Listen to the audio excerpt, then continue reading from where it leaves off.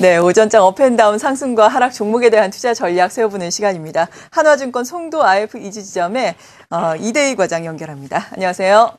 네, 안녕하십니까. 네, 어제 큰 이슈가 됐던 것이 대한항공이 카이의 인수 이 매각 본입차를 포기를 했다라는 소식이었는데요. 이에 따라 대한항공의 주가 좀 오름세를 기록하고 있습니다. 어떤 전략으로 임해야 될까요? 네, 금일 오전장 상승 특징주 첫 번째 종목은 대한항공입니다. 현재 1,300원 상승한 46,200원의 흐름 보여주고 있습니다. 대한항공은 금일 한국항공우주, 즉 카이의 본입찰에 대한 불참 소식에 강세 시현 중입니다.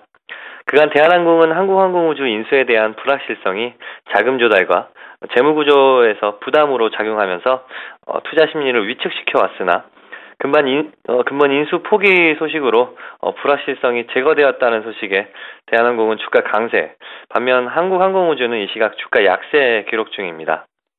대한항공은 안정적으로 정착된 유류 할증료 제도와 우호적인 환율 또한 향후 긍정적인 모멘텀으로 작용될 전망입니다. 최근 주가 조정으로 가격적 메리트 보유하고 있는 대한항공은 단기 추가 상승 가능한 종목으로 관심 있게 지켜봐야 하겠습니다. 다음 상승 특징 종목은 베이직하우스입니다. 현재 850원 상승한 13,950원 기록 중입니다. 베이직하우스는 긍정적인 4분기 실적 전망에 금일 강세 시현 중입니다.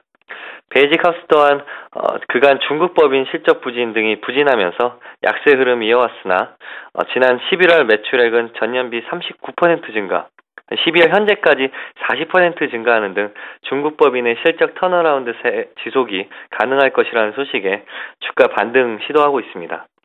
이로 인한 베이직하우스의 4분기 연결 기준 영업이익은 전년 대비 65% 이상 급증한 250억 원을 무난히 달성할 것이라는 전망입니다.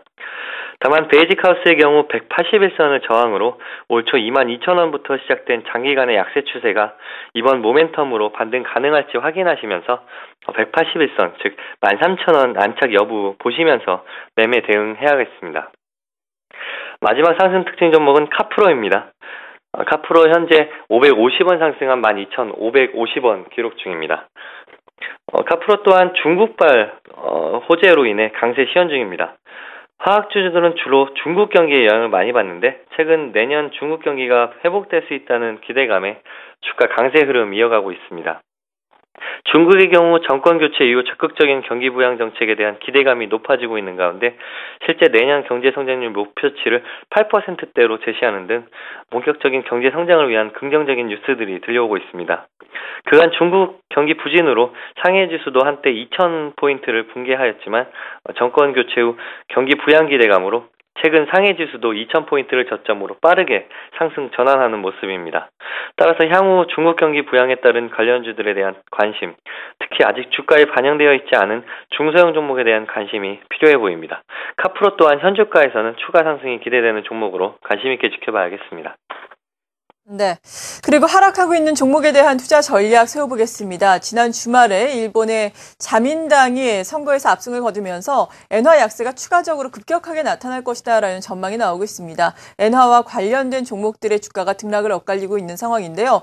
엔화 약세의 피해주라고 일컬어지고 있는 자동차주들 큰 폭으로 하락을 하고 있습니다. 하지만 자동차주 같은 경우에는 엔화 약세는 여러 가지 변수 가운데 하나다. 다른 변수들은 좀 괜찮다라는 주장도 나오고 있거든요. 현대차 대표적으로 어떤 투자 전략이 필요하다고 보십니까? 네, 금일 하락 첫 번째 종목 현대차입니다. 현재 2,000원 하락한 22만 3,000원으로 현재까지 낙폭을 조금 줄이고 있는 모습입니다. 현대차는 엔화 약세 우려로 이틀째 자동차 업종과 동반한 약세 흐름 이어가고 있습니다. 말씀하셨듯이 자민당의 승리로 무제한 유동성 공급과 이로 인한 엔화 약세가 수출주에 대한 투자 심리 위축으로 이어지고 있습니다. 특히 지난번 연비 사건으로 인한 주가 충격 이후 원만히 주가 회복하던 중에 나온 이슈라 단기 상승으로 인한 차익 매물 또한 동반 부담으로 작용하는 모습입니다. 경쟁 상대인 일본에게 엔화 약세는 분명 도움이 되지만 실제 국내차 수출 증감에 미치는 영향은 제한적일 것이라는 판단입니다. 다만 현 상태에서는 부정적인 심리가 주가에 우선적으로 영향을 미칠 것으로 보이며 단기 주가 추가 하락 시 22만 원 부근에서 저가 매수가 가능한 구간으로 보입니다. 마지막 하락 특징 종목은 서울 반도체입니다. 반도체 현재 550원 하락한 23,450원의 흐름 보여주고 있습니다. 서울 반도체는 특별한 이슈 없는 가운데 단기 상승에 대한 차익 매물 출회로 인한 주가 조정 양상 보이고 있습니다. 한동안 이어오던 코스피와 코스닥의 주가 괴리는 금일도 여실히 보이고 있으며 그간 코스피 대형 종목 대비 월등한 수익률을 보여주던 코스닥 일부 종목들의 주가 약세로 코스닥 종목에 대한 경계가 필요한 시점입니다. 이러한 맥락에서 코스닥 대표 업종인 셀트리온과 서울반도체 또한 코스닥 약세 시에 동반 하락하는 모습을 보여주고 있습니다.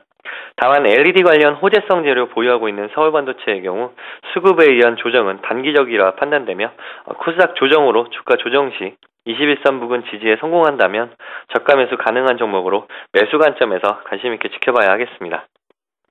하나투자증권 송도 IF 이지점의 이대희 과장이었습니다. 고맙습니다. 네, 감사합니다.